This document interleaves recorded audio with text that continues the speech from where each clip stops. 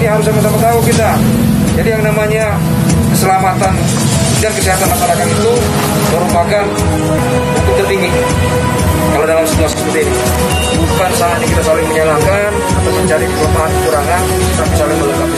Ya. COVID-19 ini memaksa kita untuk bertransformasi, meningkatkan keterampilan kita di berbagai sektor. Saya minta kepada seluruh rakyat Indonesia untuk tetap tenang dan waspada, mematuhi ketentuan-ketentuan yang ada, disiplin dalam menjalankan protokol kesehatan dan mendukung kerja-kerja aparat pemerintah dan relawan dalam menangani pandemi COVID-19 ini.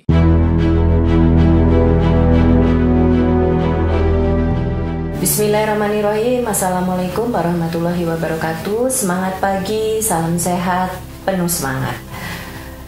Saat ini penyebaran pandemi COVID-19 masih terus meningkat. Untuk itu saya mengajak kepada seluruh pengelola destinasi wisata, pengelola hotel dan restoran, mari kita patuhi bersama protokol kesehatan COVID-19 dengan menerapkan 5M. Wajib memakai masker, mencuci tangan, menjaga jarak, menghindari kerumunan, dan yang paling penting juga mari kita mengurangi mobilitas kita.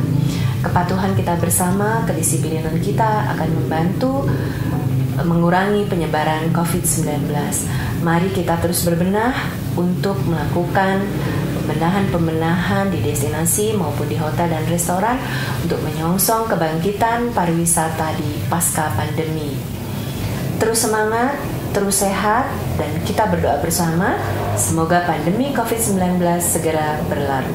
Wassalamualaikum warahmatullahi wabarakatuh.